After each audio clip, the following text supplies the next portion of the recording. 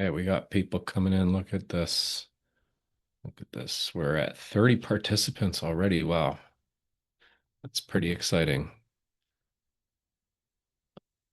Are they on listen only? Automatic mute? Yeah, automatic mute. So, yeah, if you want to say something, feel free to raise your hand. We got a lot of people on the call. Don't want people talking over each other, but happy to hear from you. Andrew, nice to see you. Thanks for joining. Ken, it's been a while. Ken, nice to Awesome. see you. Hey, Tamir, Adam. We got Adam there. Hey, Chris. We got see some familiar names. Matt, Michael. Welcome. Awesome. Great. Thanks everybody for joining. We're going to get started in just a few minutes. People continue to roll on in. Looks like there's a lot of interest in what we have to discuss today. Um, I certainly think it's interesting, but then I'm a bit biased, aren't I? Yeah. Michael, how's your day going?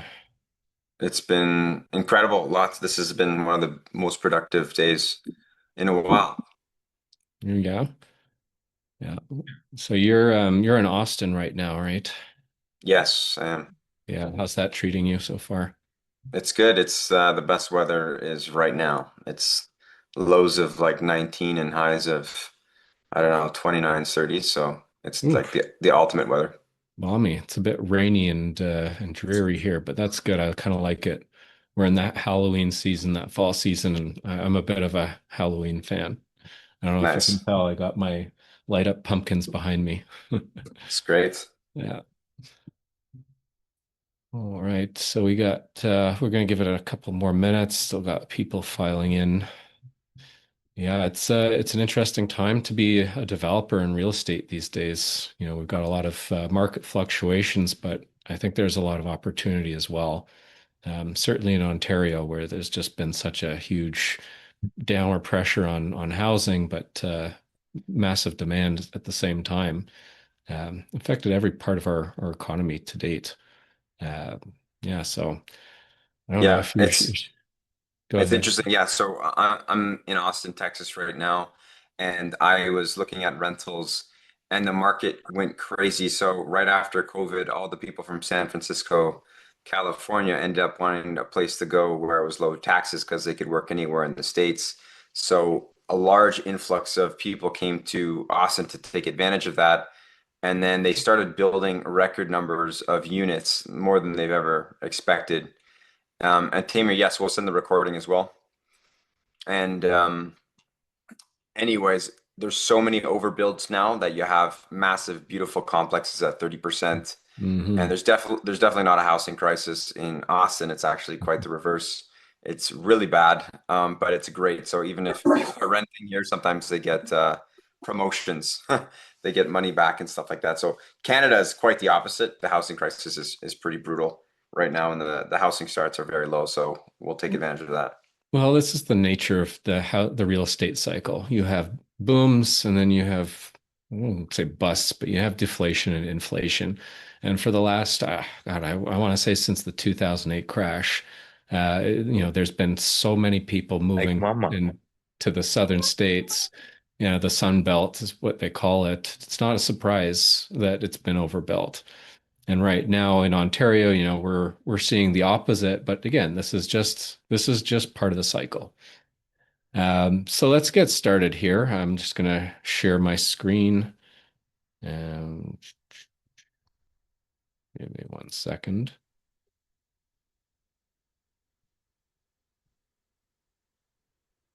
Let's get going. Let me know if you can see the presentation, which Yeah, screen. Yeah, we're we good. can. Excellent. Great. So welcome everybody. I'm really excited to have you. I think this is going to be an interesting webinar. It's all around structuring what we consider to be a home run development deal. And we're using one of our prime projects, our one of our staples, which is our Kemptville Commons. So Kemptville Commons, it's a 52 unit stacked townhouse development. Yeah, I'm looking forward to chatting about this. Awesome. Nice. All right. So before we get started, I just need to do the usual legal disclaimer. This presentation is for informational purposes only. It's not an offer to sell or solicit to buy any investments, but if you choose to invest in one of our properties, that would only happen through an official offering documents and a signing process, and it's only open to qualified accredited investors in line with securities regulations. Now, some of what I'll share today includes forward-looking statements and projections, things we expect or aim for.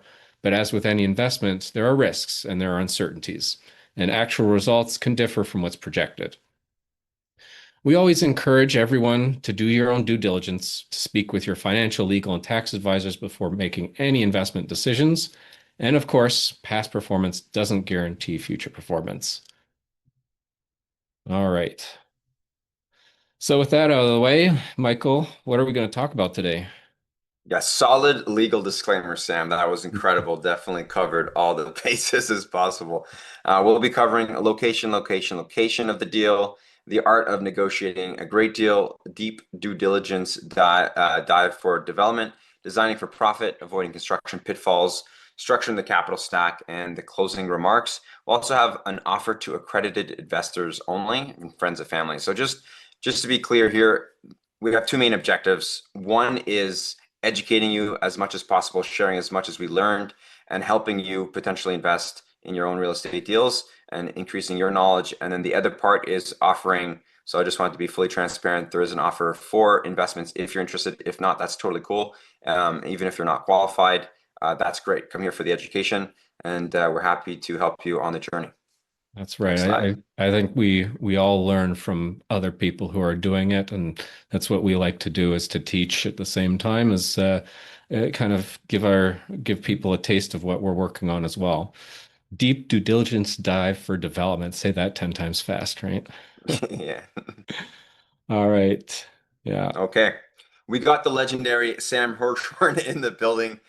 Sam is a licensed architect. He has over 10 years working as an architect. He has over a decade of experience designing and building real estate. He has a lot of diverse projects. He used to work for a large architectural firm in the GTA area.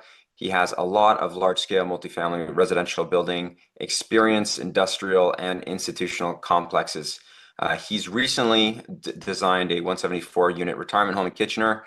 He's done several six-story buildings and designs in Ottawa, 60 plus units in Ottawa as well, and numerous multiplexes in the GTA. He is the principal co-founder, director of development and operations at Biosis. He specializes in the relationship building, the design, construction, planning, value engineering, and project management. He is pretty much the person that sees everything from the beginning to the very end at delivery. So super excited to have him as a co-founder of Biosis and have him as a host today. Thank you. Thank you for that introduction. Everything short of being Batman by the sounds of it. All right. So we have none other than Michael Davidson as my co-host. So Michael, he's an experienced real estate investor, an entrepreneur, started his own business when he was just 18 years old. And since then, he's built a well-rounded real estate portfolio that includes apartments, short-term rentals, and single-family homes. Michael is also big on personal growth. He's a triathlete, a podcast host, and a published author. He spent about a decade in software sales and consulting, which gave him a great skill set for navigating complex deals and building trust with investors. At Biosis, as one of our co-founders, he leads our investor relations and acquisitions division, where he is focused on building strong partnerships and finding great opportunities that will deliver reliable, risk-adjusted returns. Awesome. And we also have several other folks in our group. We have two leadership team folks, which is also co-partners. We have Graham Potter, Director of Analysis and Underwriting. I did my MBA with him. He's an incredible, hardworking, industrious man, and he has about 14 plus years as a civil engineering. He was one of the youngest partners at a quite large civil engineering firm with, I believe, 50 to 60 employees. He's led infrastructure development projects with values over 50 million. So basically, anytime you see highways, massive projects going on with dirt, ground, large pipes, and basically grading plans, he's your guy, and he's also on our team, and we're super grateful for that. He's definitely a very technical person in the spreadsheet as well. And then we also have Dakota. He's a principal director of planning and design. He's great at project management. He has a lot of experience in architectural design, over 10 years, and he leads the designs of residential projects and has experience also doing the Toronto Metrolinx infrastructure development. It's a massive train project if you're familiar with Toronto. Yeah, So that's a bit of our both of our team. Yeah. partners there, they've got a lot of experience on the infrastructure side, very complex projects. And they a wealth of knowledge and experience just between those two. And so, speaking of that experience, we do have a few projects, showcase projects under our belts. These are just a sampling, but as longtime practitioners in design and construction industry, we've had the privilege of building a range of notable development projects that includes residential, commercial, industrial, senior living projects. The images shown here, it's just a handful of what we've completed, and that includes a couple triplexes, one of which is owned by Michael here.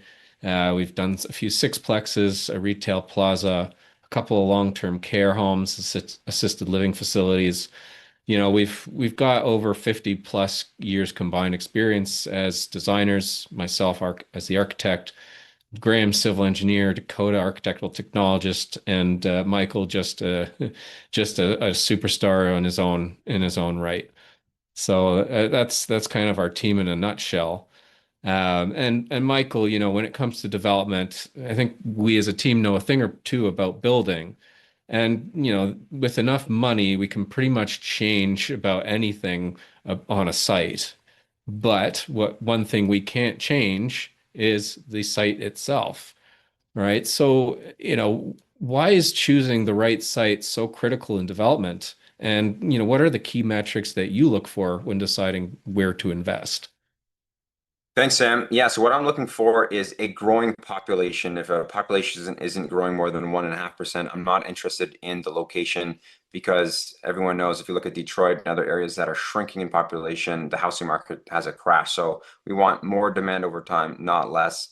We definitely want diversified employment. If you look at some towns that are gas oriented only or mining oriented, if something happens in the industry, like oil prices go down or mining for minerals goes down, the whole town pretty much crashes, and then you have an unstable real estate market. So we want diversified employment and lower unemployment. So generally, we aim for less than 6% unemployment in any municipality we're working with.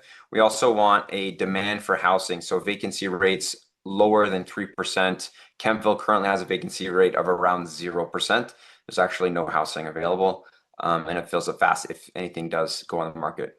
Crime rates are lower than the provincial average is what we aim for. We don't want rates going up. Household income, the higher the better. We want people paying rent and a more stable economy. Infrastructure and development policy, we want it to promote growth. So those are the six main things we look for in the macroeconomics. And also, we want to be close to a major hub. So Ottawa is about 39 minutes away to Parliament, which is fairly good. It's generally an average commute for somebody. Even less than somebody in Toronto, for example. So it's outside the city limits, so you do get advantages of being outside the city. To name a few, like you can hunt and you can enjoy a bit quieter of traffic and stuff like that. So much better if people want the country life.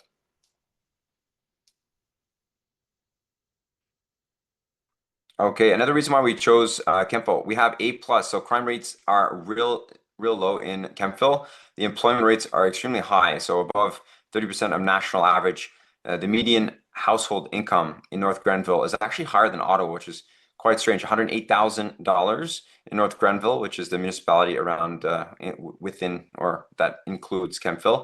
102,000 in Ottawa, and Ontario has 91,000. So definitely a high performing income area. The median income for individuals is also higher than Ottawa, 50,800, and then Ottawa's 50,000. Ontario averages 41,000.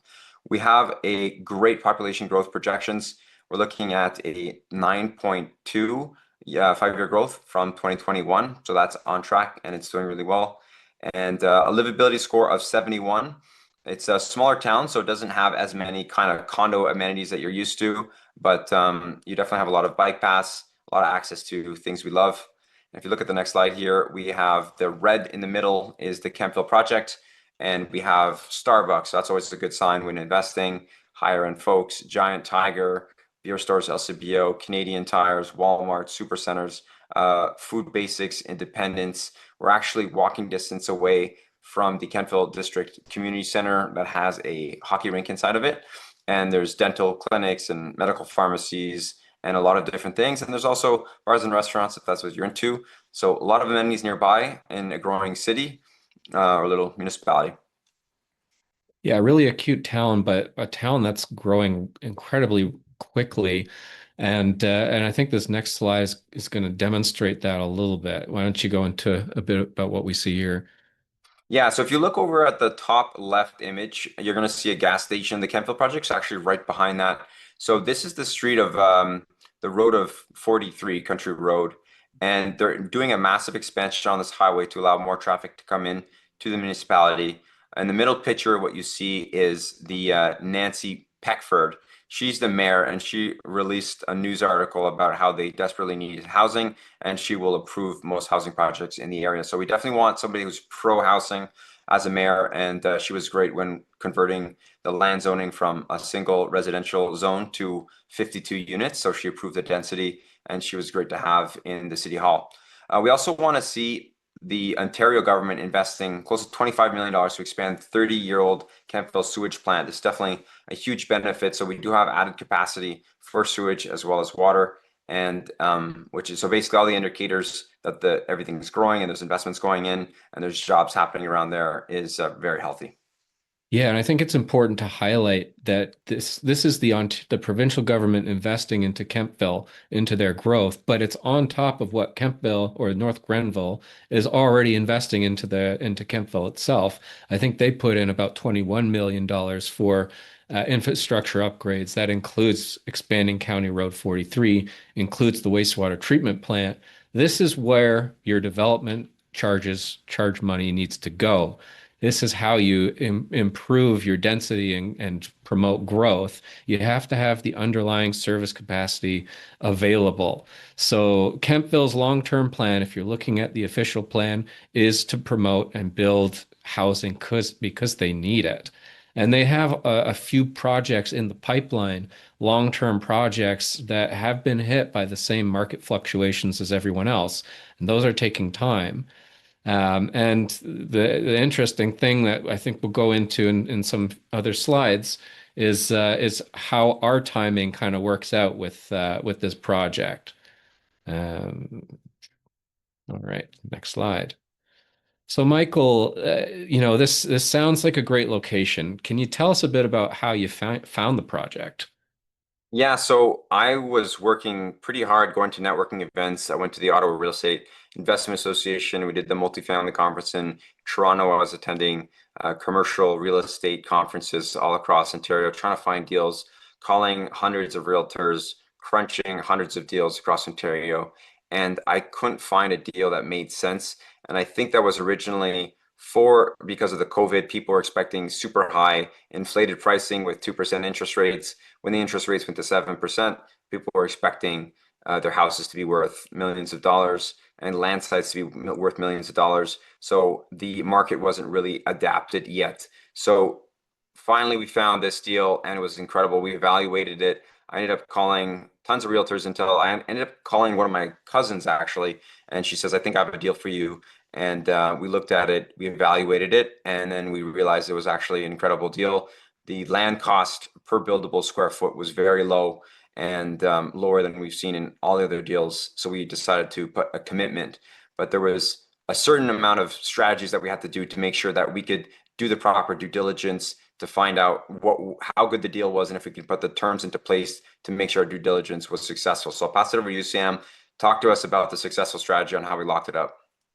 Yeah, and this is where the timing kind of came like fit into place just as the market was starting to switch. So I think we got this under contract in July 2024, but it took about 10 months to negotiate. And I'll go into that into a little bit, but here are some key pointers that I think everybody needs to know when you're going into a negotiation. So to start, you really need to know your numbers, set your bottom line, and find out the other party's bottom line.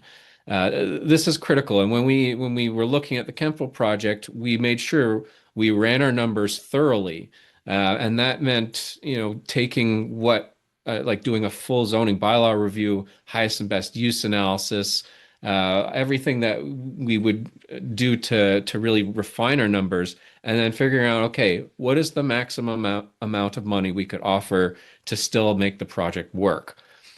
And that's our benchmark. Okay. Anything under that, and it's more like, the cherry on top of the sundae.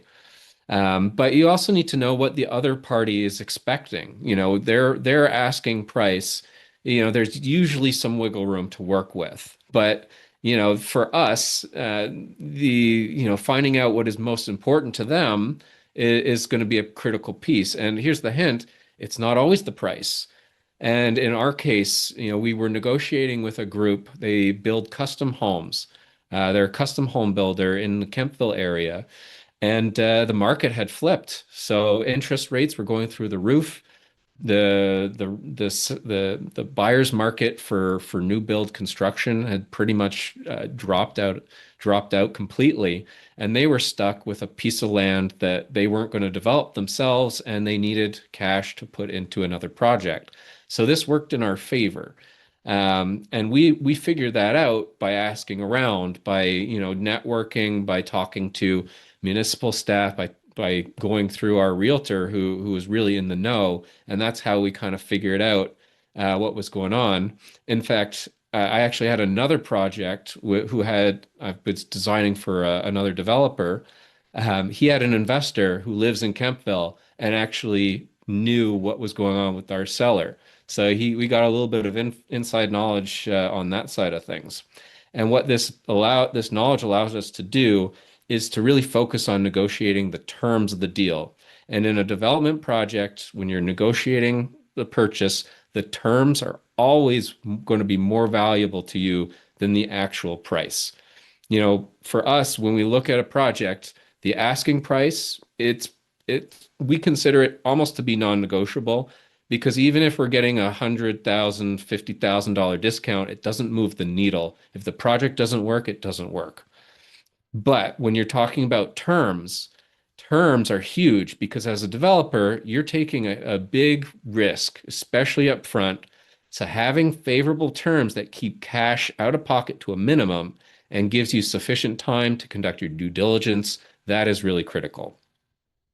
The next piece here is when you're actually working with the other side to come to an agreement, it's very important to find common ground and to build trust. And that involves being fair, understanding what their situation is, what their needs are, and figuring out a win-win scenario.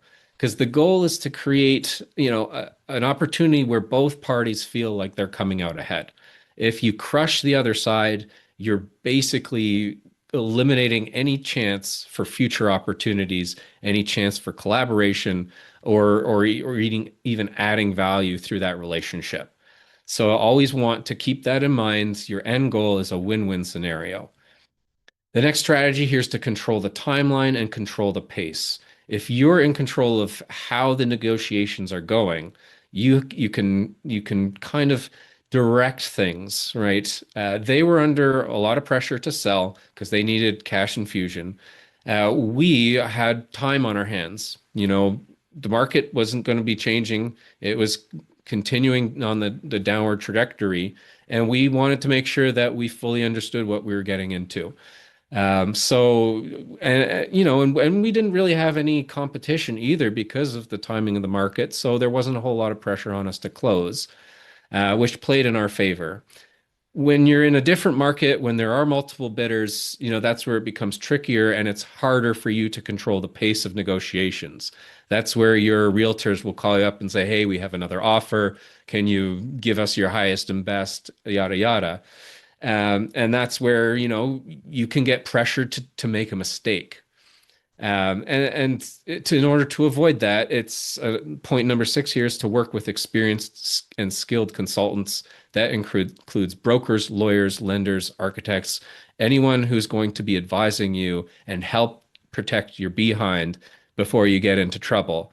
So your realtor, your broker, they also need to be skilled negotiators to be able to push back when the other side is trying to pressure you.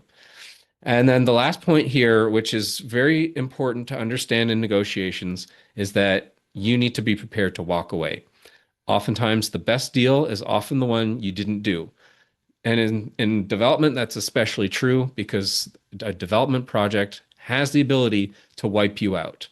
There's risk, and you as the person signing on the bottom line of a loan, you're taking on that liability. So if there's any doubts in your mind that this deal is not going to work, you're better off walking away than trying to make a fit a round peg through a square hole. So, how did this translate into our negotiations? Well, it took a long time, about 10 months of negotiating, in fact. Got to a point where, there were some discrepancies in how our legal documents were set up. The other side wanted to keep things simple. Our lawyer wanted to protect us from everything. So we kind of had to meet in the middle where we created a purchase and sale agreement with some legal documents that covered us to a point, and then we're simple enough for them to fully understand and agree to. We ended up closing on this property, sale price of 930K. So that was about 70 grand less than what they were asking for a 2 acre lot, which is a great price. It's less than a house in Toronto, and we're going to be building 52 units. Terms were essential to us. When you're buying land, a bank will only finance up to 50% of the purchase price. So we were able to convince the sellers to give us a vendor take back where they provide the financing. We got up to 80% loan to value. And so that kept more money in our pockets. And we did an 18-month term, interest only, again, reducing the amount of cash out of our pockets as we went through our due diligence, our entitlements, capital raising, getting the project ready to break ground. Another essential thing was to get the property under contract. We put down a very low deposit. It was only about 25 grand, and we had a long closing. We had about 6 months. That gave us the runway to contact the city to verify servicing capacity, all the zoning, the pathway to rezoning, all of that stuff we were able to do because we had that long closing time and still had an exit if there was a red flag on the field. So here's some of the things that we went through: engaging the municipality, confirming development support and timelines, confirming service capacity. So in our previous slide, Michael talked about how they're expanding the wastewater treatment plant. Well, the big question we had was, is there enough capacity for us? This is a multi-year infrastructure project. If we don't get our capacity when we're ready to break ground, we can't break ground.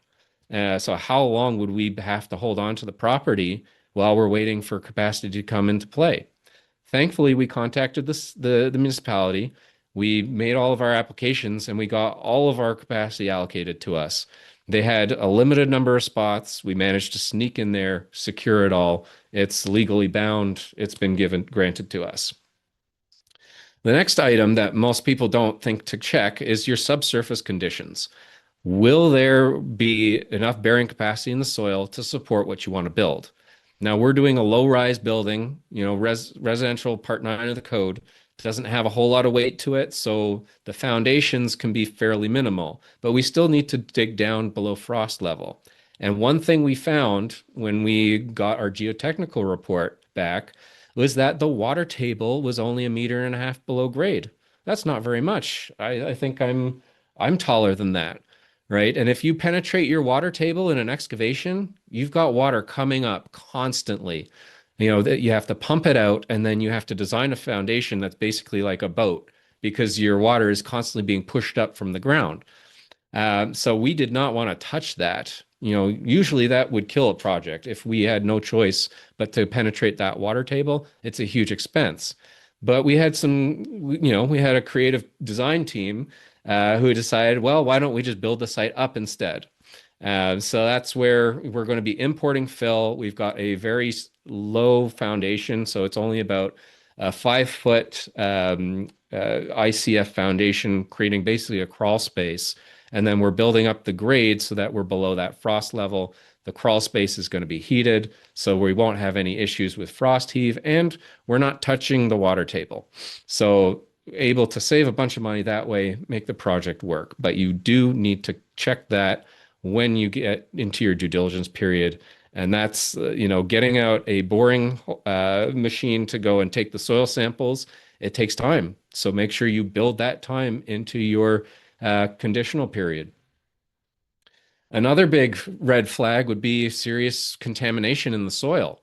Because we're rezoning, this site is used to be a storage yard for a contractor, and we're changing it into a residential neighborhood. We're required to submit a record of site condition to the Ministry of the Environment. They require ESA Phase 2 environmental assessment. We took soil samples, we took water samples, and it came up very basically no contamination, which was a huge relief. We've looked at other sites, Michael. I'm sure you remember that we had a site out in Almont, where we went through this process and paid a decent amount of money to figure out it was contaminated, not the soil, which you can usually take out, but in the groundwater, right? Big risk because the groundwater treatment is about a 2-year process, and it costs hundreds of thousands of dollars. That discovery killed that other job for us. No, not applicable here, thank goodness, and so we're moving ahead full steam. Collecting property records, finalizing underwriting, creating a legal structure that works. These are all points that you do during your conditional period as you're working to get the project off the ground. So the next thing I'm going to talk about is the actual design of this project and some key points when you're designing a residential apartment or a set of townhouses or anything rental based. Here are some key takeaways. You're going to want to know your customer and design for retention. We're in a market where tenants have a lot of choice. So designing for your ideal tenant avatar based on what the market needs and providing suitable space that is comfortable is key to long-term retention. Understanding the site constraints is also something you need to take into consideration as part of your design process. And we're not just talking about zoning regulations and setbacks, but also physical constraints like the soil bearing capacity, access to services, but also proximity to overhead power lines. Are you going to be able to get a dump truck on the site, or are the power lines too low? Because if that's the case, now you have to disconnect the power lines. You might have to bury them. You might have to reroute them. That's going to cost a lot of money. And guess who's paying for that? Not Hydro Ottawa. It's going to be you. So you want to understand that from the outset. And then when you get into the architectural design of the building, where's your sun path? Where's the wind coming from? Wind exposure can really reduce someone's enjoyment of their property. So you want to understand, how's that going to affect the livability? Ease of construction, designing with available materials, designing for durability. This becomes another critical piece. I'll give you an example from one of our other jobs we were doing for a client.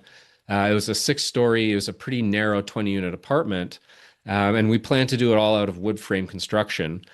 But as we get through into the design process, our structural engineers were quoting a lot of steel, because there are big loads that need to be supported in a 6-story building. But the issue came when we went for tender. Because the way the site gets built, you've got different trades for wood versus different trades for steel. And if every time a wood guy comes in to frame the walls and they have to put a steel column in place, they got to shut down, they got to leave, then the steel guys have to come in, put in the column, and then the wood guys can take over again. It was like the logistics just didn't make sense, and so we had to redesign that one to eliminate a bunch of steel. These are little technical details that we kind of have to build into that design process early on so that we don't run into issues down the road. Designing for quality and longevity, that's in a nutshell, you're using low emitting materials for health and safety. You're using durable materials that will last longer, and all of this will add to your bottom line. You want to maximize your rentable area and minimize your unusable space. So this means reducing things like your utility closets, your corridor widths, your stairwells. You want to keep those to a minimum, still functional. You still need to get furniture in and out of the building, but these are not areas in your building that you're going to make money on. So keeping those to a minimum, reducing the construction cost that you're going to spend on that will maximize the project's return. And lastly, design for broad appeal and curb appeal. I know that, designers like myself can get caught up in the art side of things, but it's a business and you need to be able to attract clients who are your tenants. So going for a purple backsplash might seem creative, but it's going really only going to appeal to people with similar tastes. So while you want to go for maybe a more modern kind of aesthetic, you still want to try and aim right down the middle to get your broadest appeal so you don't get hit with vacancies because you made some poor design choices. So this is our site. It's a 2 acre self-storage yard. It's right in the middle of a residential neighborhood, so nobody wants this. And we're transforming it from this to this. A set of stacked townhouses. We're doing kind of a modern take on your traditional pitched roof style. So it's not we're not pushing the boundaries of design by any means, but we are creating something that stands out. It's going to have some mass appeal, and it still fits within the context of the neighborhood. It's going to have some nice big backyards. It's going to be, lots of outdoor amenity and green space. So this is the site plan. We'll have 2 blocks, 26 units each block, and we've got 66 parking spaces to the 52 units, so ample parking, visitor parking. Even some tenants might be able to have 2 cars parking in the lots. And then right in between, this is actually our swale. So this is where we collect a lot of the stormwater off to the side. So if you give me my pointer out, off to the side here, this is our swale. And the swale is basically a big ditch, but with nice plants. And that's where we collect our stormwater. And right next to it, we're going to have a playground. So this is where, really appeals to families with young children, people trying to leave the city because they want to start a new life. They want to grow, and Kemptville's a great town for that, as Michael pointed out earlier. So we thought, this neighborhood doesn't have a playground anywhere. Let's put one on our site. People are, we're targeting this to those young families with kids because that's what they want. As someone who has young kids myself, I would love to just be able to kick them outside, go to the playground just in across the way, and they'll be entertained for hours, right? So the last thing, I'm just going to exit out of this. I'm gonna show you something that I don't think too many developers will, or people giving presentations will show. So this is we model everything in 3 dimensions. So this is our model. You can see we've got the playground here, and I'm just going to show you how this plays out. So what we've done is we've designed this into blocks of 4 units. So you'll see here we've got a main floor, 1 bedroom apartment. And on the other side, we've got a 2 level townhouse. And in between, we've got a central common corridor. That common corridor takes you up to the 2nd level, where you have your entrance into another 2 level townhouse. And then that stairwell goes up to the 3rd level, where you've got a top 3rd floor 1 bedroom apartment. So I'll show this here. And there's your staircase. So you can see how the stairs are basically stacked on top of each other. This creates a very efficient corridor. And this means that we're taking our efficiency through the roof. So where most apartment buildings, a really good efficiency rating is around 79 to 80%. That's a really efficient apartment building. For us, we're pushing 93%. So 93% of our floor plates of our building is rentable. And so that remaining 7% are the common corridors and the utility spaces.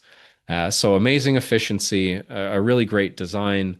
And then I'll just go back to the presentation here. Uh,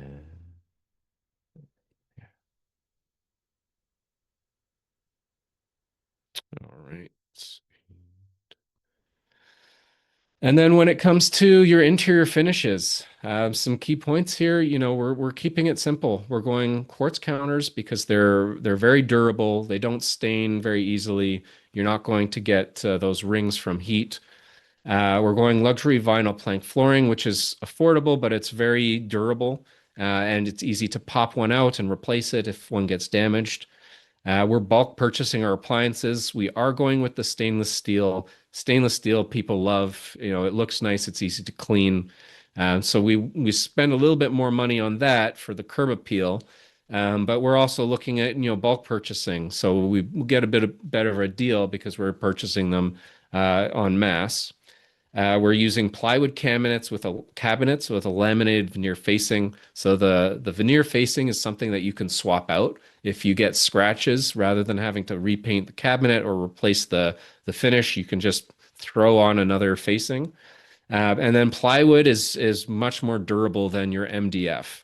MDF, when it gets wet, it falls apart. So avoid that in your kitchens. We're using LED lighting, electric heat pumps, and ductless split systems for very economical designs that are affordable when it comes to our out-of-pocket construction costs. Now, when it comes to construction, Michael, you've got a lot of experience building for yourself, and certainly from my experience as an architect, there are some pitfalls when it comes to the build process. Why don't you take us through some of these pitfalls and what investors should be looking out for on a development project? Absolutely. Thanks, Sam. So one of the big ones is geotechnical. So understanding what's happening underneath, as you mentioned earlier. I was building a place in Britannia, and we didn't do the geotechnical beforehand and understand what was on the subsurface, and we hit bedrock pretty short after that. Then, if we wanted to have a basement, it would have cost over $100,000 of dynamite or blowing up, so quite expensive to do. And then we also that would raise the water table since all the water would be going down from the shale of the bedrock.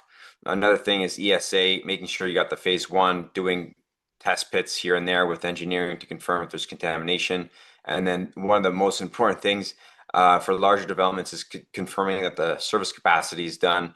Because imagine you buy this big building or the land for a big building and you're planning to build 80 units, and then eventually you spend all this money, hundreds of thousands or millions of dollars, and then the city lets you know that there is no sewage or water capacity in the city for you. So that pretty much throws all that money out the window. So always make sure there's enough service capacity. You can ask the city if there is service capacity before you buy it, and just do due diligence there. Generally, projects take longer and cost more than expected. So building healthy buffers is super important, cushions and contingencies from the start. So 5, 10, 15% contingencies would be great. And then most importantly, getting the right people to help you build it, like a contractor, and then making sure you have a construction contract that also has fixed time frames. So if a contractor is not doing a good job in terms of timing, they do get penalized. So they are incentivized to work harder on your project over potentially other projects or just in general. So a bad contractor or subcontractor can kill your project. So you have to vet them carefully. Generally check the references, go see their sites, and have backup options on hand if someone fails to perform. And generally don't pay people ahead of where they're at in terms of the contract. So if ever they do leave or get hit by a bus, you can basically finish the project on your own without them. There will be issues that will come up in design approvals and on the construction site. Successful developers work together with great teams who collectively resolve these issues quickly, creatively, and cost effectively. Be adaptable. Always try and have a plan A, B, C. mapped out in case market changes, regulatory barriers or issues change on site, and always be prepared if lenders could sometimes change interest rates overnight or terms overnight, like CMHC did just this past summer. And then stay hands-on, weekly progress meetings, asking for updates and pictures, all that type of stuff. You want to have monthly site reviews, have somebody walk by or drive by your sites, have construction milestones, what phases are they at, try and get them to send you Gantt charts if you can about the project, and then continuously update the schedule, budgets, and projections, manage cash flow, and be aware of prompt payment legislations. So that's pretty much it with avoiding the construction pitfalls. Sam, how about you take us through how we structured the capital stack legally on this and how we're calculating equity and performance? Yeah, so I mean, I'll give you the capital stack that we like to use, and we use this because it offers certain advantages. So we use an LP-GP structure. So LP being limited partnership and the GP being the general partnership. We use this structure because it's very flexible. You know, you can create terms that are OSC compliant, that benefit investors, and you can break it up based on phases, based on unit classes. It's a very tax efficient structure. So all of the taxation occurs at the income level. So you're not getting double taxation. So for example, if you were to invest in a corporation, that corporation makes money, they get taxed on that money that they make, and then they pay dividends, and that dividend gets taxed. This doesn't happen. You know, the projects that we do, they take an income and then they distribute that income to LPs, and that's where it gets taxed at your personal rate. So it gives our investors the ability to channel those distributions to certain tax efficient sub strategies that they might have with their own accountants. You know, and for us, it keeps it very simple. We don't have to calculate taxes for them. We're just focused on the project level. From an equity standpoint, we structure things based on the risk profile. So I mentioned earlier how, you know, up front you're putting a lot of risk up front, you know, to do your entitlements to get the property even passed and permitted approved. You know, there's a lot that can go wrong to a point where, you know, sometimes you just have to walk away and you know, stop putting good money after bad. So investors who come in during that early stage, you know, they should be compensated for that added level of risk. So we usually build in a bonus, a preferred return around 10%, which is accumulative. So the amount of time that their money is locked up in the project, they're earning that bonus because they're in the project for longer during phases that are a bit more risky. We then have another class, which is the one we're raising for currently. This is where most of the upfront risk has been dealt with. The project's moving forward. It's pretty much a done deal. So these are what we call Class B, where there's no additional preferred return. But you know, there's much lower risk. So you're still making decent money, but you're not at risk of potentially losing that much money as a result. So for these investor classes, what we like to do, we structure it as a 70-30 split. So 70% of the profits will go to our investors, 30% stay with the general partners, which is us. We do have a fee structure as well, and those fees we basically charge a minimum to manage the project and pay our staff. And then the way we structure things legally, so this is where the general partnership is a legal entity in its own, and it holds title, to the property in trust for the limited partners. So the limited partners don't physically own the property, but they own the rights to the property. The general partnership holds the property, but it only owns about 0.1% of the property value. And this is a very efficient way where if, say, someone has a slip and fall, sues the corporation that holds the property, there's nothing for them to get from the property. And our limited partners, they fall under a limited partnership agreement that their exposure is only limited to what they own or the amount of money that they've put into the deal. So if that slip and fall lawsuit It's contained. It's contained within that GP holding. Our investors are all protected. And if the project goes bust, they're just losing what's in the project. Whereas us as the general partners, we take on a bit more risk. We sign on the loans, we put up personal guarantees, and then we're managing the project. So that's where we take that 30% equity and as well as the development fees. All right. So how does that translate into, what we offer to investors, Michael? Yeah, so basically this offering is for accredited investors only. We're raising $3.2 million total raise, and we only need $2.4 million left to close out the project. Basically, the beginning capital, we phase one and two got us to the point where we're going to be getting our permits, and then the rest of the money we need for phase three, which is the next phase we're in right now, is to get all the stuff for the interest reserve, and basically starting digging in the ground, finishing up engineering, all that type of stuff. The minimum investment is $50,000. So in order to be able to invest, there's kind of multiple categories, but the major one is accredited investors. So 1 million net worth either by an accountant letting us know, or self-approval, or someone who's qualified to do so, or friends and family. So if you've known me or Sam for quite some time, not just through this webinar or not through just bumping into us once, like a real friendship, or at least a long-term relationship, you'd also be able to invest. We're offering the Class B units 24.6% IRR if we hit the performance numbers that we're looking to achieve and are expecting.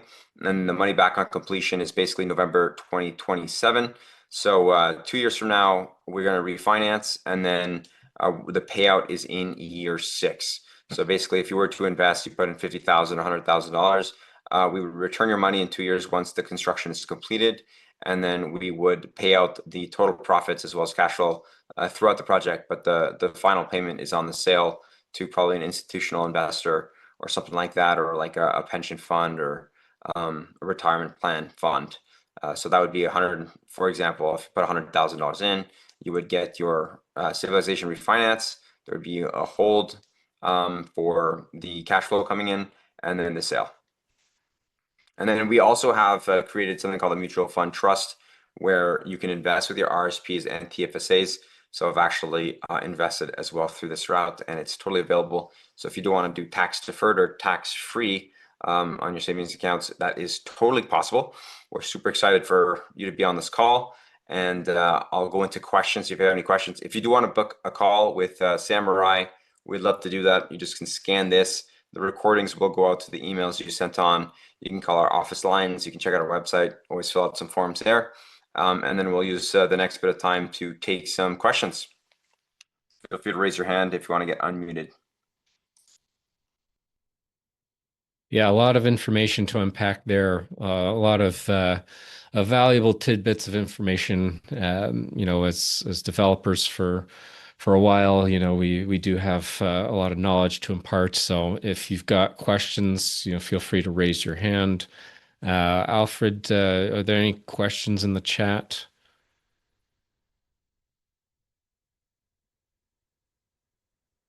We've got one from DJ. It looks like in terms of land cost per buildable square foot metric, what do you think you guys use as your benchmark?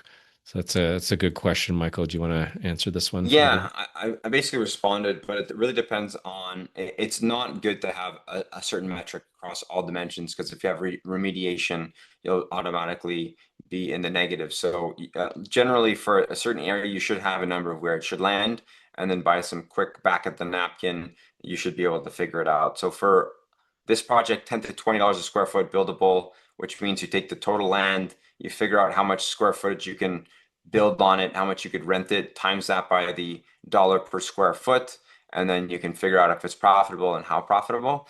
In the past, I bought land for $50 a buildable square foot in Ottawa for my sixplex.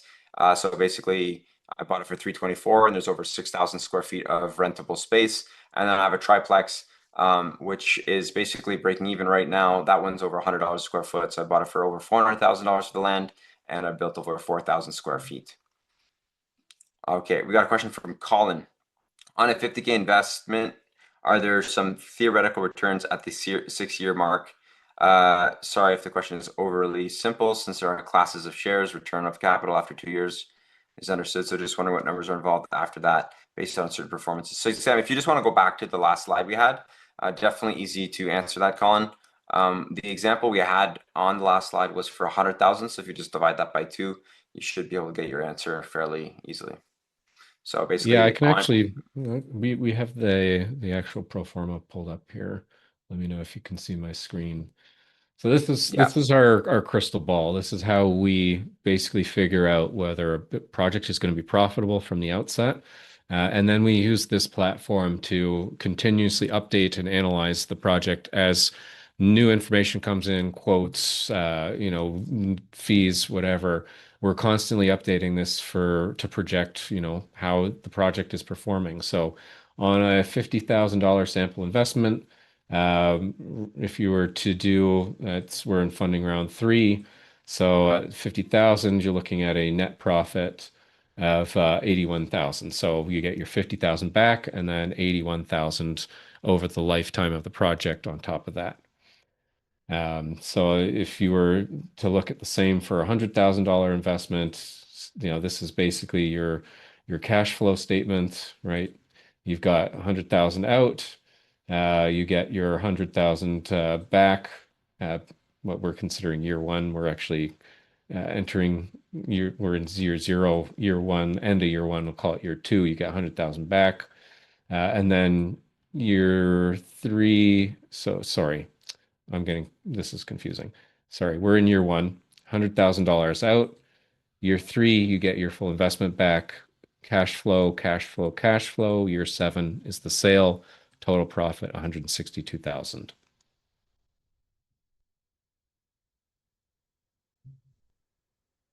Hope that answers your question.